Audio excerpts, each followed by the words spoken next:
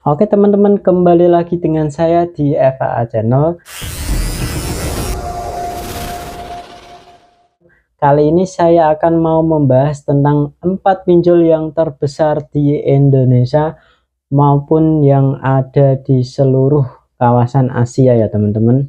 Nah, keempat pinjol tersebut mempunyai dana besar untuk meminjamkan kepada para nasabahnya. Dan keempat pinjol ini terkenal akan teror-terornya ya teman-teman. Seperti kalian misal tidak bisa membayar, kalian akan mendapatkan serangan teror-teror dan berpotensi ada DC lapangannya ya. Jadi kalau kalian ingin galbay harus mikir-mikir terlebih dahulu ya teman-teman.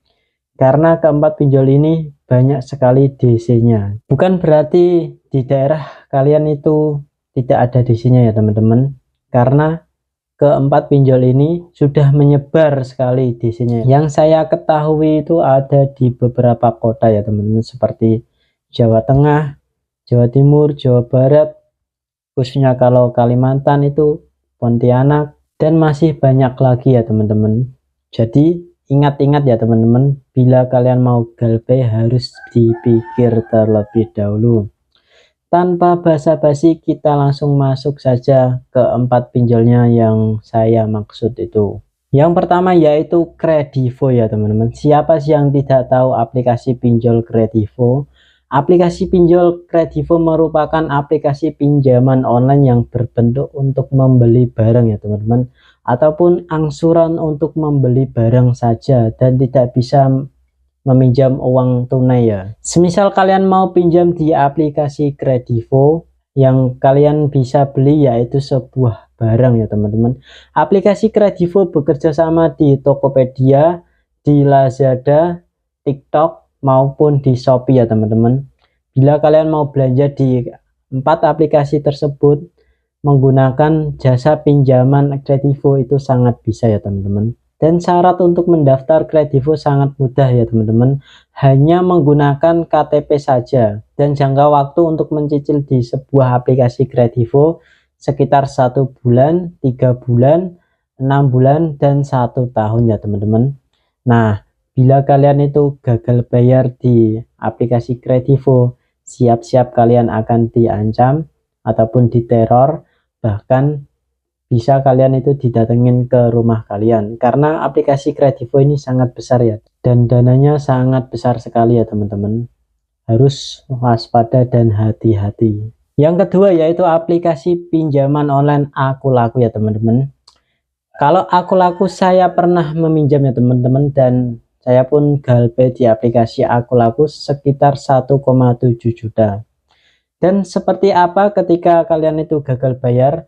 Saya itu didatengin sampai 2 kali oleh DC Aku Laku ya teman-teman.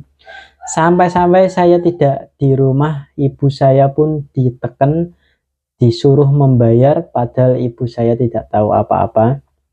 Nah, ini adalah sangat berbahaya aplikasi Aku Laku.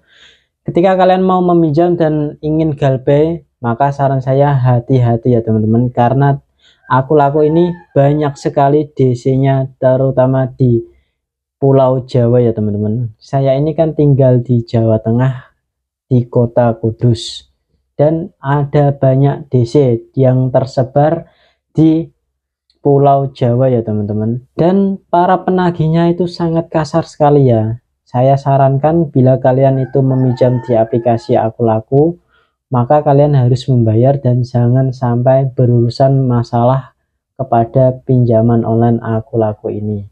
Karena saya sudah mengalaminya dan sudah pengalaman, jadi saya men-sharing semua pengalaman saya kepada kalian semua. Yang ketiga yaitu aplikasi kredit pintar ya teman-teman. Seperti yang kita tahu, aplikasi kredit pintar ini sudah diawasi oleh OJK ataupun Otoritas Jasa Keuangan.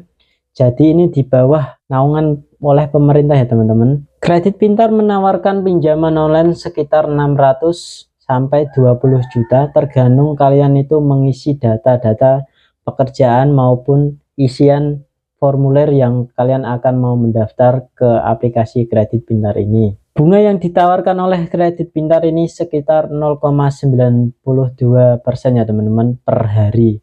Bayangkan saja 0,92 per hari dikalikan pinjaman kalian. Dan seperti yang saya bilang di awal video, aplikasi kredit pintar merupakan aplikasi yang sangat besar dananya ya teman-teman, dan berpotensi ada DC lapangannya yang tersebar di mana-mana.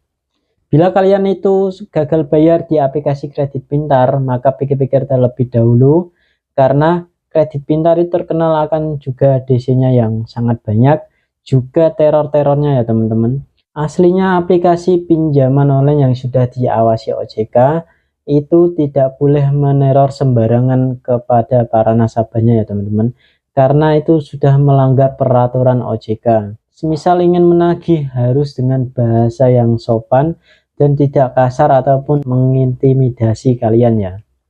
Bila kalian mendapatkan intimidasi ataupun pesan teror-teror telepon yang sangat kasar, maka saran saya biarkan saja ataupun bahkan blokir saja nomornya.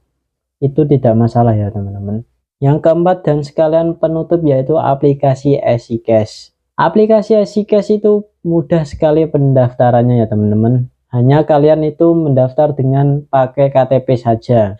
Dan limit di aplikasi EasyCash ini bervariasi ya teman-teman, mulai dari 1 juta hingga sampai 20 juta tergantung kalian mengisi data-data formulir dari aplikasi EasyCash ini. Dan juga aplikasi EasyCash ini dinaungi oleh OJK ya teman-teman. Jadi ini aplikasi resmi yang legal ya.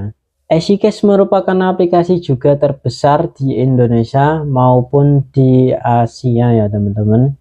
Seperti yang kalian lihat, EasyCash itu banyak yang mengiklankan di YouTube ya teman-teman. Semisal kalian nonton YouTube, aplikasi EasyCash itu banyak diiklankan oleh video-video tampilan soal keuangan maupun video yang bersifat ekonomi ya teman-teman. Jadi kalian yang menonton video tentang membahas ekonomi maupun keuangan, kemungkinan besar aplikasi EasyCash ini akan diiklankan di video-video tersebut ya teman-teman.